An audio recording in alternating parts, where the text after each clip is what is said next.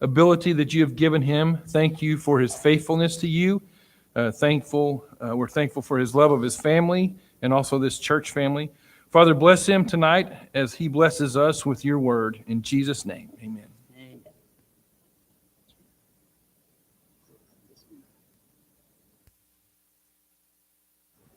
Am I connected? Can you hear? All right. Let's see what happens.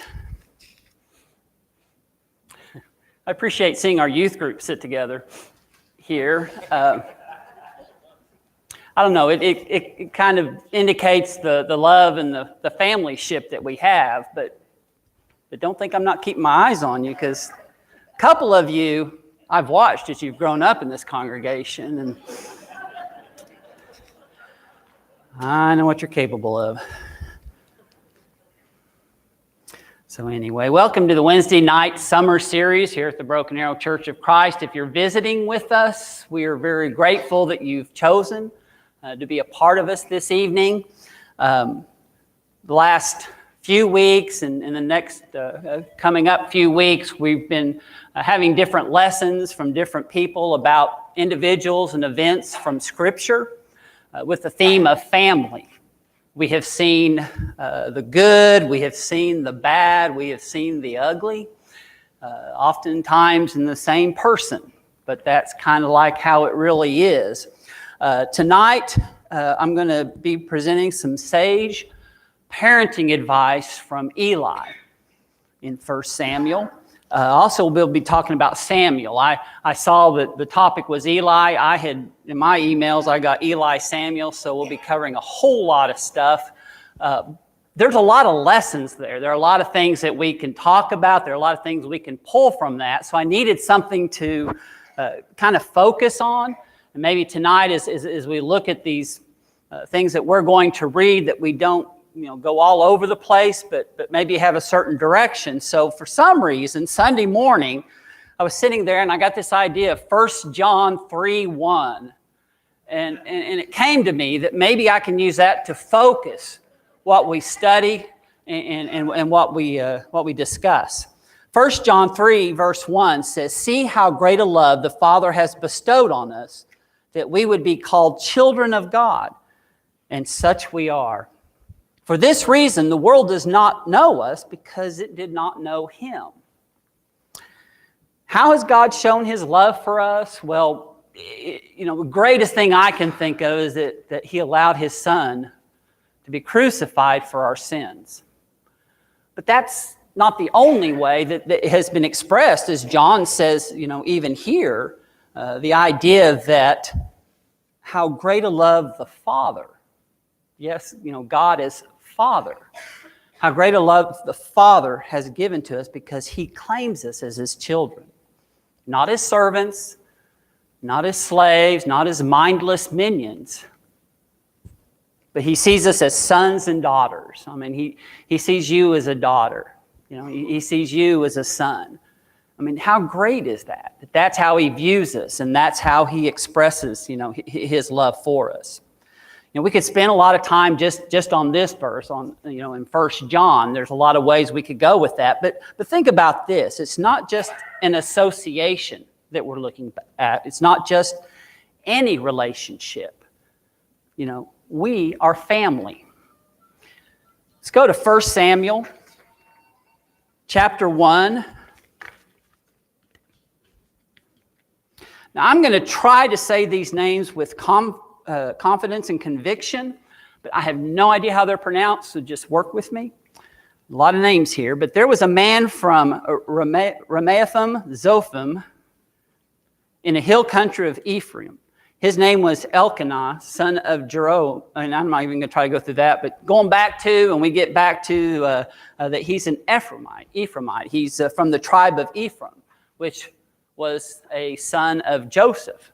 So as they come into the land and as they settled there, and over the few generations there, we have now come to Elkanah. Now, I try to get some perspective or maybe some historical context. Let's consider this. Elkanah is sitting in his back patio, got his Java and his, I don't know, his goat cream or whatever stirred in, gets out his newspaper, the Ramathium, whatever, Zophium Daily Herald. He's thumbing through there, kind of looking at some of the articles. He says, probably to whoever's sitting there with him, hey, look, Samson's causing more problems for Philistines. Well, good for him. That's great. Kind of reading through there. And then they get to that section where it says, this day in history. And of course, these are rough numbers, but just kind of give an idea of placement. He might say in there, 345 years ago today was the Exodus. This is when we left Egypt to come to this land. Of course, with that Exodus comes, a variety of things like the giving of the law, like, defeating those who oppose them as they try to go to the promised land. They're at the shore of the Jordan River, and then they're not allowed in because of their lack of faith in God. So that's 345 years. I don't know. Math is a struggle, but I think that if you put that in our terms, it's like 1670 or something along that line. If you think back then, some of you might seem way off, but you got the English colonies are fighting Indians, so this is kind of the idea of a spread of time that Elkanah would have been looking at, at this time in 1 Samuel chapter 1.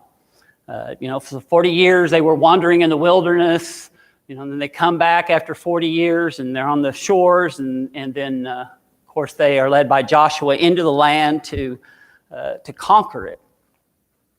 And it took about, 5 years maybe, but fighting in there, and finally get to a point where they settle down and each tribe gets their own little piece of land.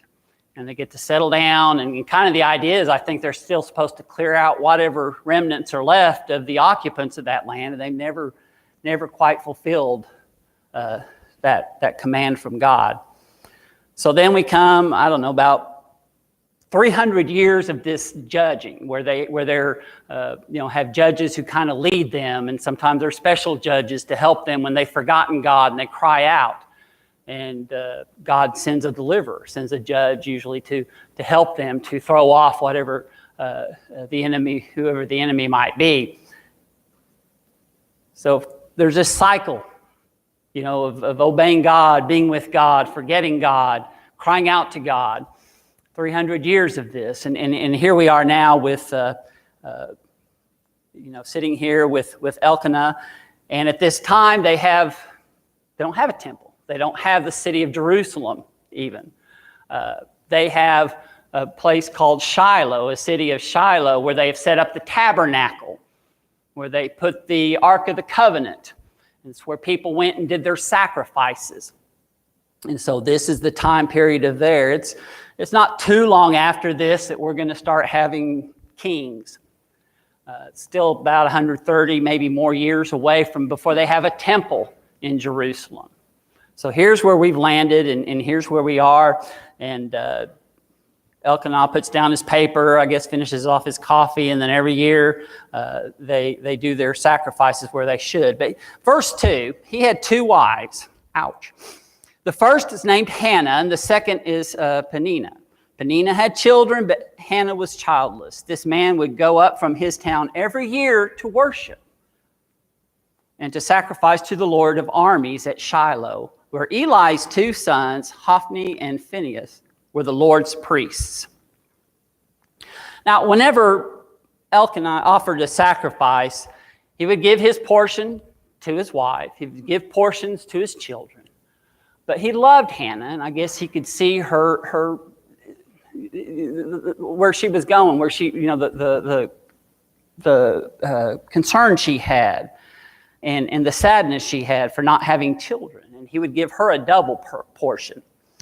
And her rival, and just stop right there. That's sad. And in the family members that you can call one of them a rival. And I know we make fun, of brothers and sisters and things like that, and there's some truth to that. But it is really sad when you have an actual rival that would go out of her way to provoke Hannah, because the Lord had kept Hannah from conceiving.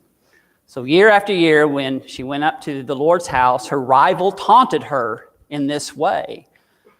And Hannah would weep, and she would not eat, And her husband tried to console her, but no consolation was found.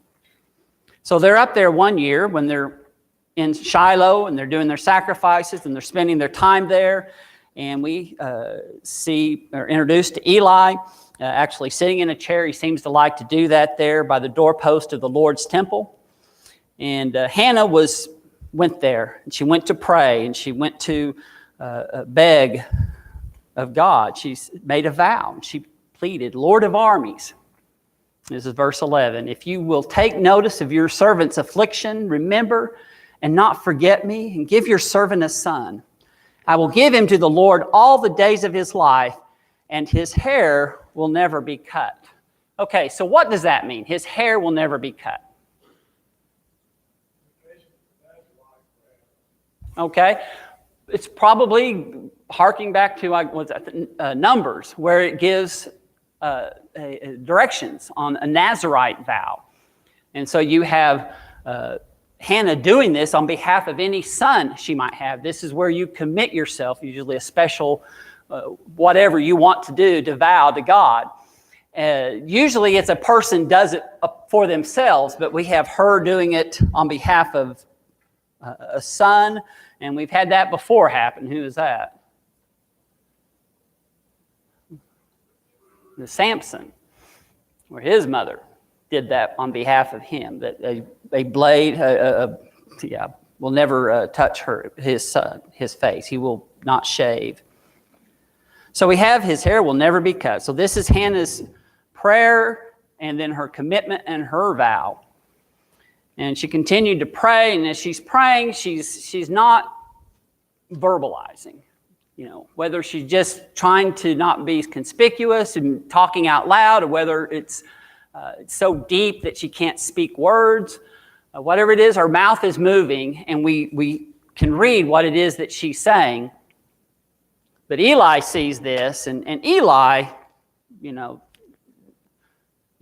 misbehavior as long as I'm in charge. We're not going to have drunken people hanging around the tabernacle. That's just not right. So he tells her, get lost, get out of here. You're drunk. And she explains herself, and he sees her situation, and he sympathizes with her and understands. And so she says, getting down to verse 16, don't think of me as a wicked woman. I've been praying from the depth of my anguish and resentment. And anguish, I understand. She wants a child. She wants a son. Resentment. What do you think the resentment is? Okay. Yeah. Her sister. I can't get her off my back. She keeps throwing this in my face. And I don't know if she resents her sister for doing this, or if the resentment is she's crying because her sister resents her. There's resentment there. She's crying. She's upset. And it's not just, I'm upset. I mean, this is deep stuff that she's feeling and that she's concerned about. So Eli tells her to go in peace, and may God of Israel grant the request you've made of him. And so she does. And we get down to verse 19, just a kind of a quick look through at some of these verses here, not reading them, but basically it says she went home, okay? She and her husband and the family, they go home. And she conceives. She has a son. And whenever the next year, whenever it's ready for the next sacrifice, and Elkanah is ready to go, Hannah says, "I'm staying home. I'm weaning the child, and I will stay here until that after that point." And so this goes for a while, and after the child is weaned, she says, "Please," verse 26 of chapter 1, "My Lord," she said, "as surely as you live, my Lord, I am the woman," talking to Eli. She had taken her sacrifices. She's ready to do what she committed to do. "I prayed for this boy, and since the Lord gave me what I asked him for, I now give the boy to the Lord. For as long as he lives, he is given to the Lord." Then he worshiped the Lord there. And that gets us through chapter 2, we're moving quickly along. There's a prayer of Hannah's, beautiful prayer, something very worth your time. But as we're focusing on a particular thing, we move past that and we go to verse 11 of chapter 2, where Elkanah went home to Ramah, but the boy served the Lord in the presence of the priest Eli. And I don't know how you get that deal, because they always made me take Jake home when I tried to leave him. But I don't know if this is something normal. I don't know if Eli had to accept it. I'm not familiar with this being done in Scripture before. It might be, but anyway. So the boy is there. He's now in the hands of Eli and ready to serve there at the tabernacle in whatever ways. And we get back to Eli and get to talk about his family. And Eli's sons were wicked men. They did not respect the Lord or the priest's share of the sacrifices from the people. They would be stealing from the sacrifices of the people. They would come and as you're supposed to burn the offering and the fat and present that to the Lord, that's the good part of the meat. You don't want to give that up, and they didn't. And they said, you give that to us, and we want this, no. You can have what's yours. There's a prescription for this, on what you get to have of this. But they wanted the best, and they wanted the finest part of that. They didn't want boiled meat or anything like that. So verse 17, the servant's sin, going back to the boys or the brothers, was very severe in the presence of the Lord, because the men treated the Lord's offering with contempt. And even Eli understood that this is something you can't do. Who do you seek forgiveness from if it's against the Lord himself that you're dishonoring? But Samuel, he served in the Lord's presence. He's dressed in a linen ephod.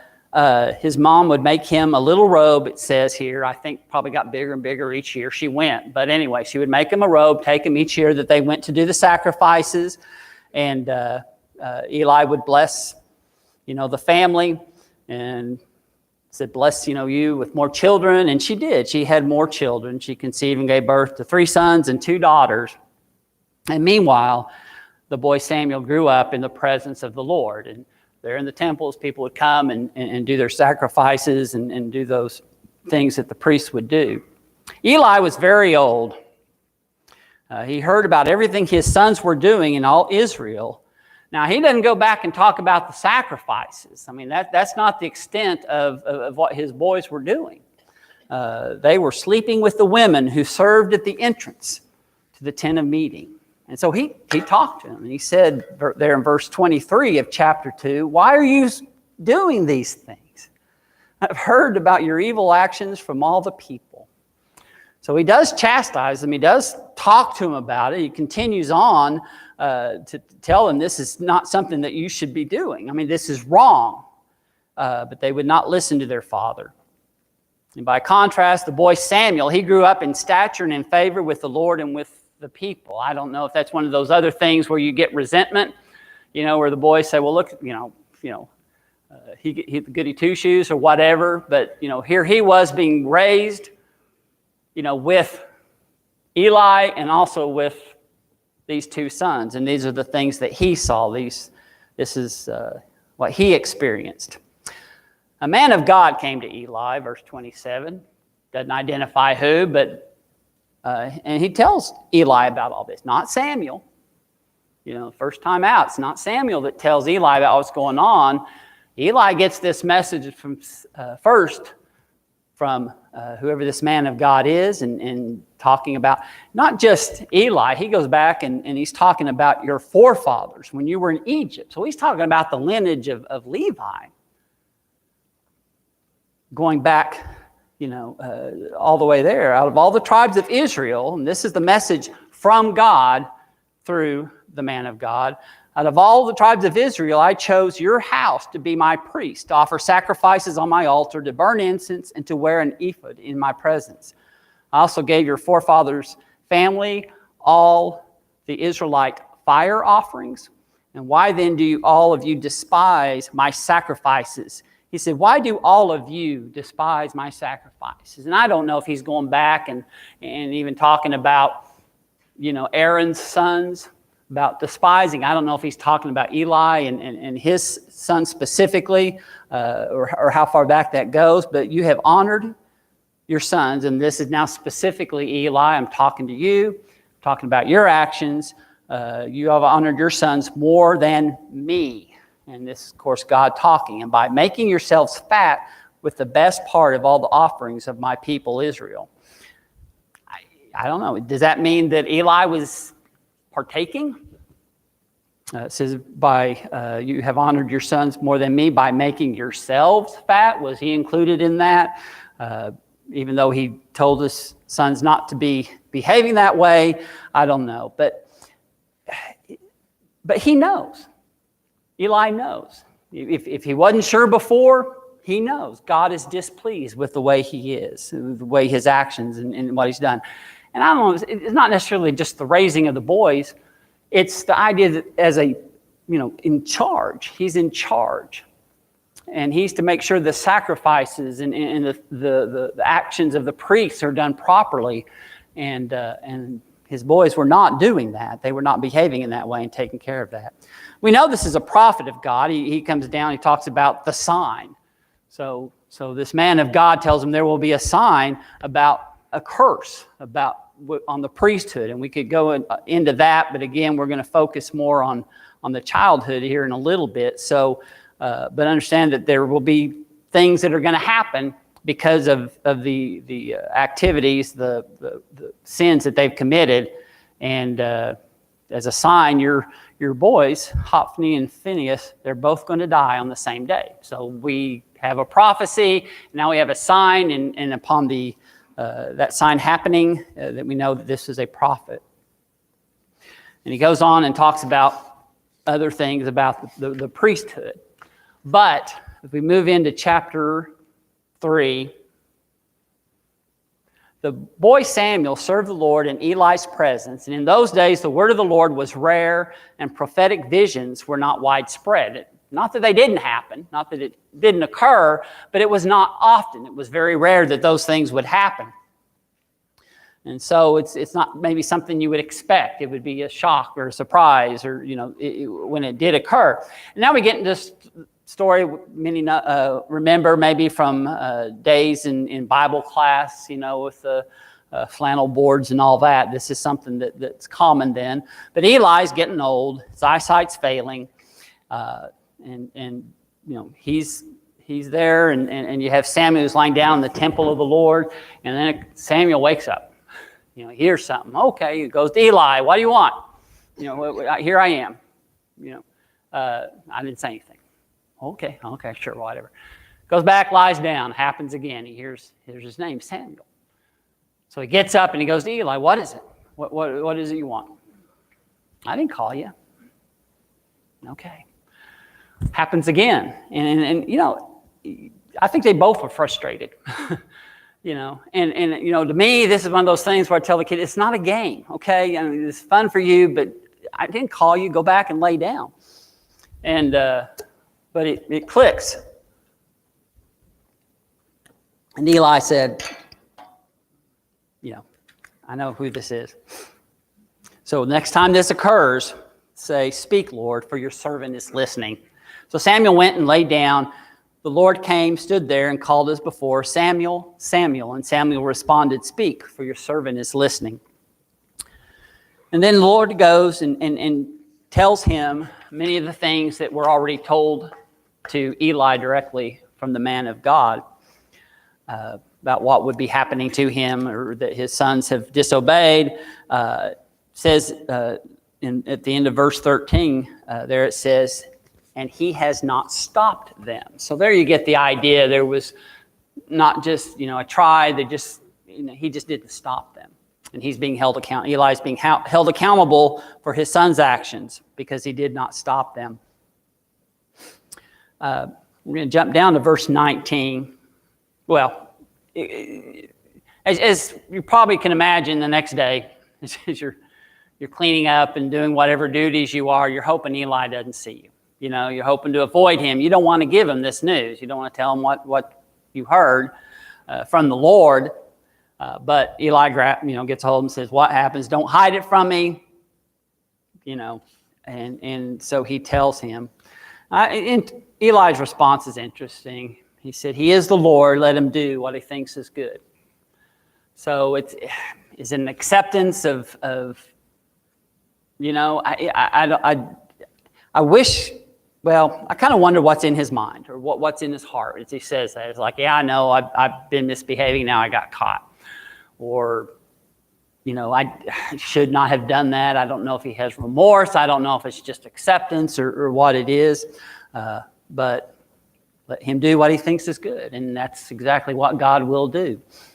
So Samuel grew, and the Lord was with him, and he fulfilled everything Samuel prophesied, and all Israel from Dan, that's high up, to Beersheba, way down, so across the whole land, the promised land, they knew that Samuel was a confirmed prophet of the Lord, and the Lord continued to appear in Shiloh because there he revealed himself to Samuel by his word.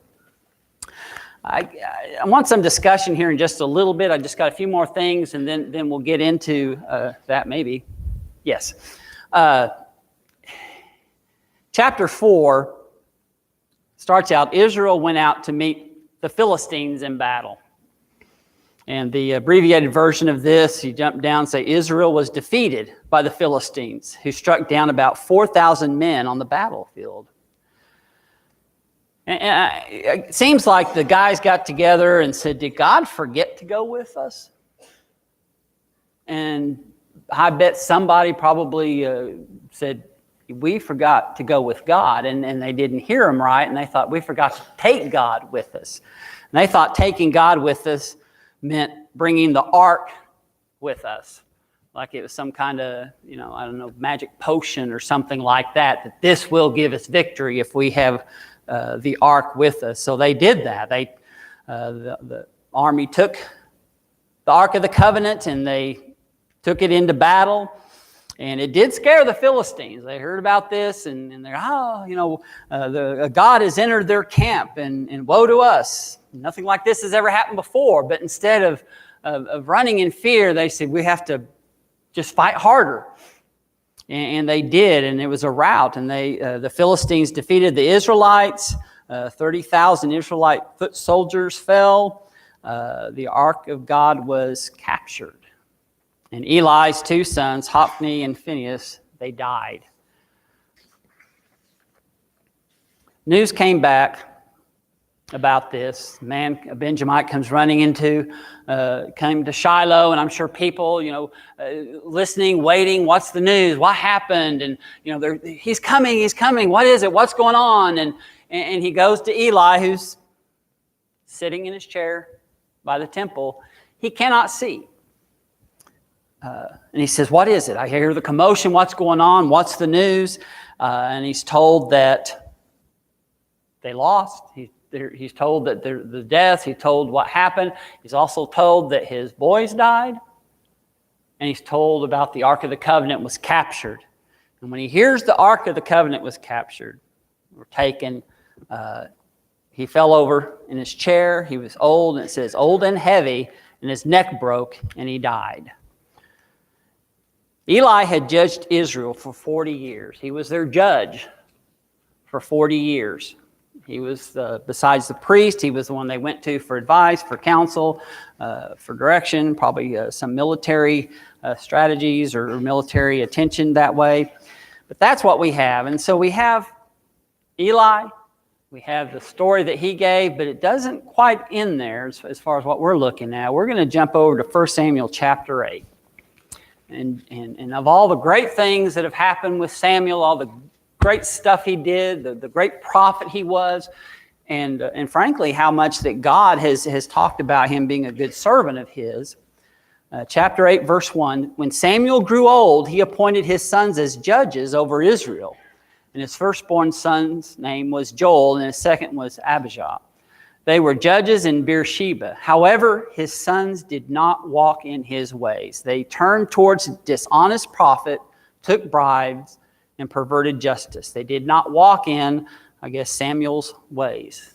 So Samuel was not like that. And it doesn't say, we understand that there are things that we do for our children that help them. We understand that even our best efforts don't always work. Doesn't say that Samuel was a bad father, but it kind of shows some lack of good leadership. I think if you want to appoint somebody because they're your sons to positions when they are dishonest and they take bribes and they pervert justice. This caused a situation where, he's appointing them judges. He's old, and the people and the elders of the different tribes get together and go, no, we don't want this. We don't want a dishonest judge. We don't want your boys to be doing this. And that kind of opens the door where they say, give us a king to judge us. Now, not quickly, but what do you think is the difference between king and a judge?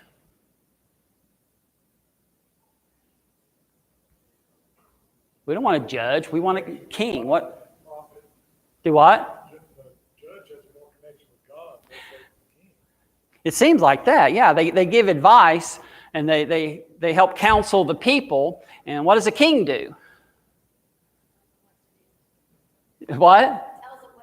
He tells them what to do. A king kind of does whatever he wants. And that's kind of the warning. He's going to tell you what to do. He's going to tell you, I'm going to take this much of your crops. He's going to tell you, I'm going to take your sons and your daughters to serve me.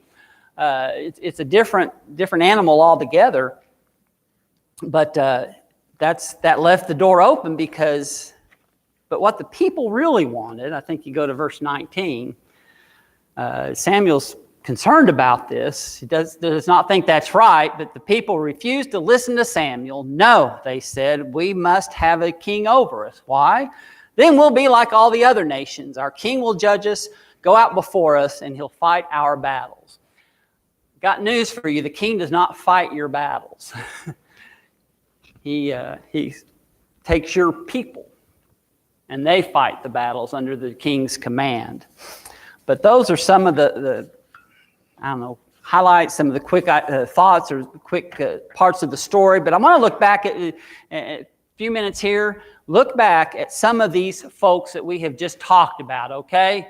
Go back to the story with Hannah and all those. And we look back at 1 John 3, verse 1. See how great a love the Father has bestowed on us, that we would be called children of God. So if you think about these people that we've talked about, who of those people saw themselves as children of God? Who saw themselves as part of God's family, not necessarily, maybe just an Israelite, not just a nationalist, but actually saw that they were children of God. Who and how do you see that? What shows that? Okay, faith? Yeah. Somebody else have? I thought I saw a hand. Who else? Samuel served the Lord all his time. He was there in the tabernacle. That's right. He served God. He was commended by God. So he was one that God had approved. So we know that it looked like Samuel was one who saw himself as a child of God, not just a judge, not just whatever. He saw himself as and God approved of him. Who else?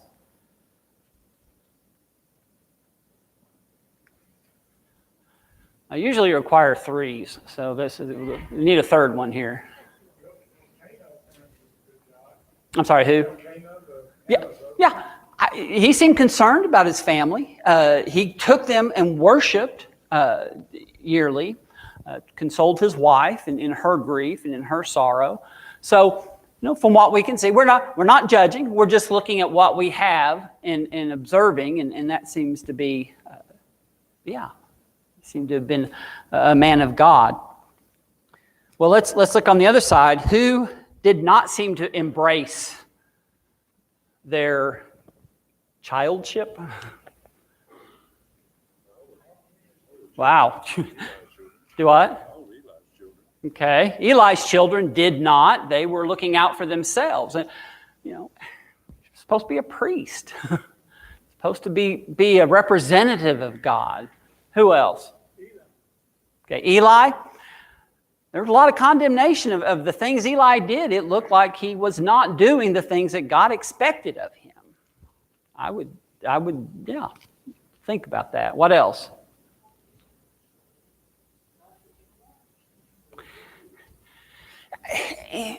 And sometimes, it's that cycle thing again. Sometimes they we realize how bad we've been and we want to turn to God and we want to, yes, we'll obey His laws and come together. And then other times hey, I like what they've got. I want to be like them. I don't want to be different. And that's not what God intended. That's one. Okay. Ironically, Eli's sons were just like Samuel's sons, or vice versa. Samuel's sons were just like Eli. Yeah. Something interesting, those two men of God. Those who serve God and then their children turn out and be what they are. I don't know what influences they had that said, I need to be selfish or I want to grab whatever I can grab. What about us? We think about that we were so loved by God that He called us to be His children. What are the signs that a body of believers see themselves first as children of God?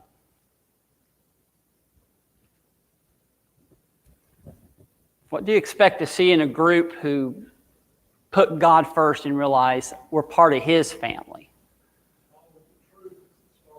Okay. He's our Father. He's got the truth. And we understand how fallible some of us are as parents, and we do the best we can. God's not infallible, but, we follow Him in His leading. What else? The way we treat one another. That's,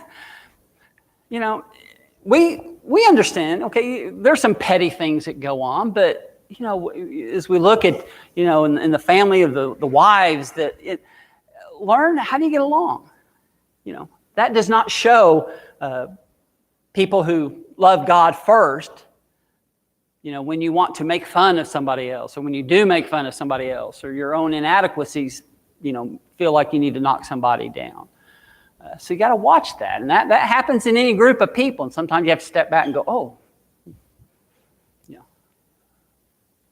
What else? In a body of believers, what would you expect to see? See love?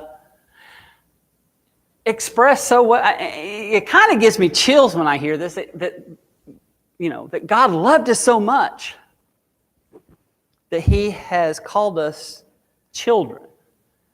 He has chosen to call us children, that we are children. Do you feel like a son? Do you feel like a daughter? Do you feel like you're behaving like a son? Do you feel like you're behaving like a daughter? How do we encourage our own family here at the Broken Arrow to be children of God? Your brothers and sisters, how do you encourage?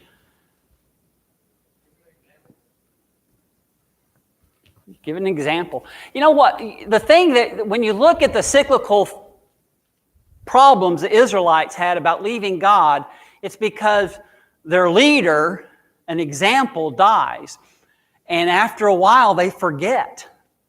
It talked about when Joshua died and the men that he had around him died, then the people forgot. They used them as examples. So it's good to have examples continually in front of us to remember. See one of your boys over there, he knows how far away from him you are. He sees you. We don't realize how close God is to us. Yeah, do you feel, is it like, do you know you're with God? Do you know He's with you? Do you get mistaken and say, I go to church, so I'm okay? Do I grab the ark and carry it with me and think I've got God now? Or do you really have God? He's far away from us, seems like. Well, yeah, you don't see. We're the physical. He's the spirit. You don't see Him, so He's not really looking at us. He doesn't really see us. So, yeah, I can definitely see that. You guys, this congregation has been my family for over 50 years. And it doesn't matter if you were there when I was a baby in swaddling clothing coming here. It doesn't matter if I was here to greet you when you came. This has been my family for 50 years, and I love you guys. And what's nice to see is I can go back and I can think of the people, from then and from now, the examples that I see, the people who are so generous and giving and loving and kind. And that's thrilling to me because we're a family. And we're not just a family like a social service club. We're not just a family that, looks in only on itself. Is that we realize God's the Father. And we should be thrilled by that. God's our Father. I have some brothers, great brothers. I got some brothers I really got to work with, relationship-wise. But we're family, and we have that connection, and we have that, hopefully, that feeling of that. People mess up. Some people recognize it.